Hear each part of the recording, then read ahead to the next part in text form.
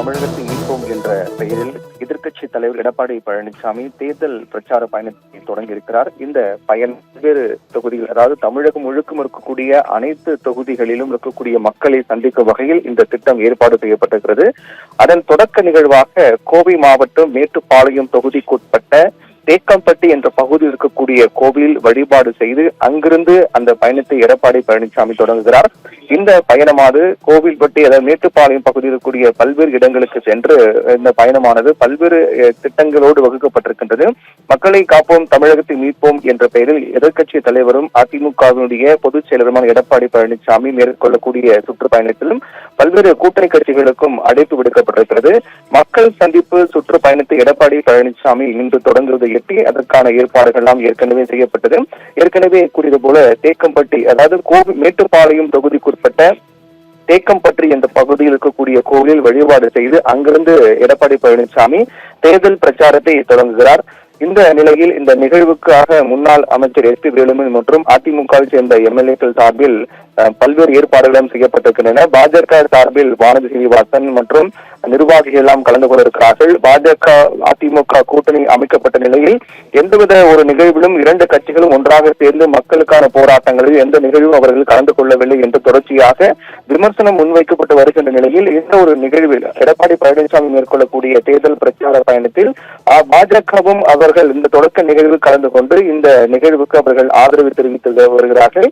இதனால் பாஜக அதிமுகவுடைய அந்த இணக்கம் என்பது இதன் மூலமாக இன்னும் அதிகமாக ஏற்பட்டது என்பதுதான் இதன் மூலமாக பார்க்கப்படுகிறது.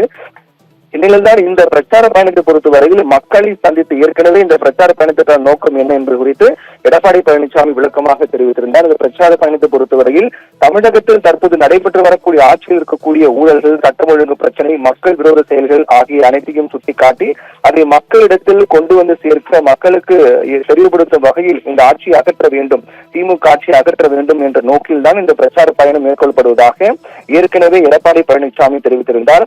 அதைத் தொடர்ந்து மேட்டுப்பாளையம் ஊட்டி சாலை காந்தி சிலை அருகே ரோட் ஷோ மூலமாக மக்களை எடப்பாடி பழனிசாமி சந்திக்கிறார். மக்களுடன் அவர் உரையாடுகிறார். இன்று மாலை 6 மணி அளவில் மேட்டுப்பாளையம் பேருந்து நிலையம் சந்திப்பு அருகக்கூடிய மக்கள் மத்தியில் எடப்பாடி பழனிசாமி உரையாற்றுகிறார்.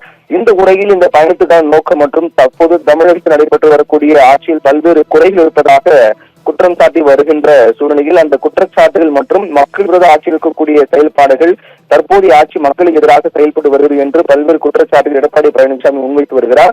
அதை இந்த கூட்டத்தில் அவர் தெளிவுபடுத்த இருக்கிறார் என்று தெரிவிக்கப்பட்டிருக்கிறது. இந்நிலையில் அதை தொடர்ந்து மக்களை சந்தித்த பிறகு காரமடை சந்திப்பு பெரியநாயக்கன் பாளையம் பகுதியில் மக்கள் சந்திப்பு கூட்டம் ஏற்பாடு செய்யப்பட்டிருக்கிறது. இரவு 8 மணிக்கு 6 மணி அளவில் இந்த நிகழ்ச்சி நடைபெற்ற பிறகு அதைத் தொடர்ந்து இரவு 8 மணிக்கு கவுண்டம்பாளையம் தொகுதிக்குட்பட்ட நரசிம்மநாயக்கன் பாளையம் பகுதியில், துடியலூர், ரவுண்டானா, கோவை, பட்டி சாலை, சரவணம்பட்டி ஆகிய பகுதியில் மக்கள் மத்தியில் உரையாற்றக்கூடிய எடப்பாடி பழனிசாமி இரவு 10 மணிக்கு கோவை வந்தடைகிறார். மக்கள் சந்திப்பு பகுதிகளில் பிரச்சார வேன்கள் சென்றபடியே அவர் மக்களை சந்திக்க ஏற்பாடு செய்யப்பட்டிருக்கின்றது. இதற்கான ஏற்பாடுகளை கோவை மாவட்ட அதிமுக நிர்வாகிகள் மேற்கொண்டு வருகின்றார்கள். ஏற்கனவே இது தொடர்பாக எடப்பாடி பழனிசாமி ஒரு அறிக்கை, கடித வடிவிலான அறிக்கை தொண்டர்களுக்கு அவர் வெளியிட்டிருந்தார். அதில் மக்களை காப்போம், தமிழகத்தை மீட்போம் என்கின்ற புரட்சி பயணத்தை உங்களுடைய முழு ஆதரவோடு எழுச்சி பயணமாக ஆரம்பித்திருக்கிறேன் என்றும், கட்சியினுடைய ஒவ்வொரு கலைக்கோடி தொண்டரையும் இந்த பயணத்தில் எனது இதயத்தோடு எண்ணத்தோடும் இணைந்து பயணிக்க அழைக்கிறேன் என்று தெரிவித்திருந்தார். தமிழ்நாட்டு மக்களிடம் பொய் வாக்குறுதிகளை கொடுத்து மக்கள் விரோத போக்கை கடைபிடிக்கக்கூடிய கட்சியால் நம்மை ஒன்றும் செய்துவிட முடியாது என்றும், மக்கள் மாற்றத்தை விரும்புகிறார்கள் என்றும் அந்த கடித வடிவிலான அறிக்கையில் எடப்பாடி பழனிசாமி தெரிவித்திருந்தார். குறிப்பாக சொன்ன வாக்குறுதிகளில் இன்னும் பெரும்பான்மையான வாக்குறுதிகளை அரசாங்கம் நிறைவேற்றவில்லை என்றும், அதனால்தான் தமிழக மக்கள் கோபத்தில் கொந்தளித்து போயிருக்கிறார்கள் என்றும், திமுக ஆட்சியை வீட்டுக்கு அனுப்ப தமிழக மக்கள் தயாராக விட்டார்கள் என்று எடப்பாடி பழனிசாமி குறிப்பிட்டிருக்கிறார்.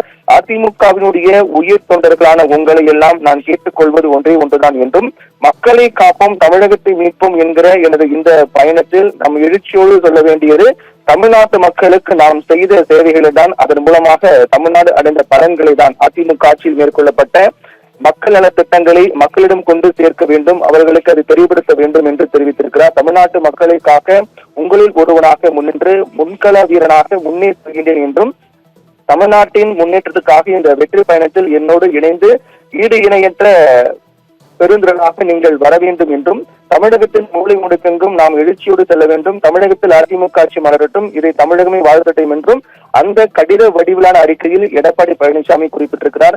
இந்த ஒரு திட்டம் என்பது இன்னும் சட்டமன்ற தேர்தல் 2026 தமிழக சட்டமன்ற தேர்தலுக்கு இன்னும் சரியாக ஒரு 10 மாதம் இருக்கக்கூடிய நிலையில் ஒவ்வொரு கட்சிகளும் தீவிரமாக தேர்தல் பணி ஆற்றத் தொடங்கியிருக்கிறார்கள். ஆளுங்கட்சியாக இருக்கக்கூடிய திமுக, அதைத் தொடர்ந்து எதிர்கட்சியான அதிமுக உள்ளிட்ட பல்வேறு கட்சிகளும் தேர்தல் பணிகளை, பிரச்சார பணிகளை மேற்கொண்டு வருகிறார்கள்.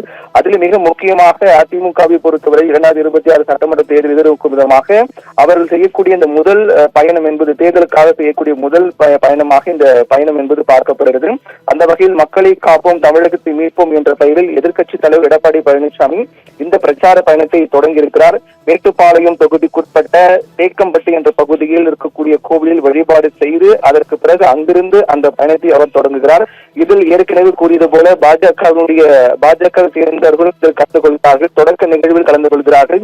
இதன் மூலமாக அதிமுகவும் பாஜகவும் இறக்கமாக இல்லை என்ற ஒரு விமர்சனத்துக்கு முற்றுப்புள்ளி வைக்கும் விதமாகவே இந்த ஒரு தொடக்க நிகழ்வில் பாஜக கலந்து கொள்வது என்பது பார்க்கப்படுகிறது.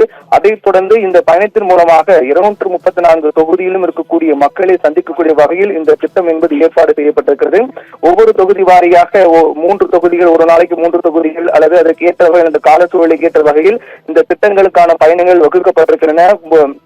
பொதுவாக தலைவர்கள் பிரச்சாரம் பயணம் மேற்கொள்ளும் போது திறந்த வேனில் அல்லது ஏதேனும் வாகனத்தில் அவர் செல்வார்கள். ஆனால் அதற்கு வித்தியாசமாக எடப்பாடி பழனிசாமி பேருந்து மூலமாக செல்கிறார். பேருந்து மூலமாக பல்வேறு இடங்களுக்கு அவர் செல்கிறார். இந்த பிரச்சார பயணத்தில் ரோட் ஷோ மூலமாக மக்களை சந்திக்கிறார். நேரடியாக சில இடங்கள் இறங்கி நடந்து சென்று நடைபயணம் மூலமாக மக்களை சந்திக்கிறார். அதே போன்று ஆங்காங்கே பல்வேறு இடங்களில் மக்கள் சந்திப்பு கூட்டங்கள், விவசாயிகளை சந்திக்கக்கூடிய கூட்டங்கள் உள்ளிட்ட பல்வேறு ஏற்பாடுகளும் செய்யப்பட்டிருக்கின்றது. அதன் தொடர்ச்சியாக தான் இந்த பயணம் என்பது தற்போது தொடங்கியிருக்கிறது. இது அடுத்து வரக்கூடிய ஒவ்வொரு கட்டங்களாக பிரிக்கப்பட்டு அடுத்தடுத்த தினங்களில் முழுவதுமாக அனைத்து தொகுதியிலும் மக்களை சந்திக்கக்கூடிய வகையில் ஏற்பாடு செய்யப்பட்டிருக்கிறது.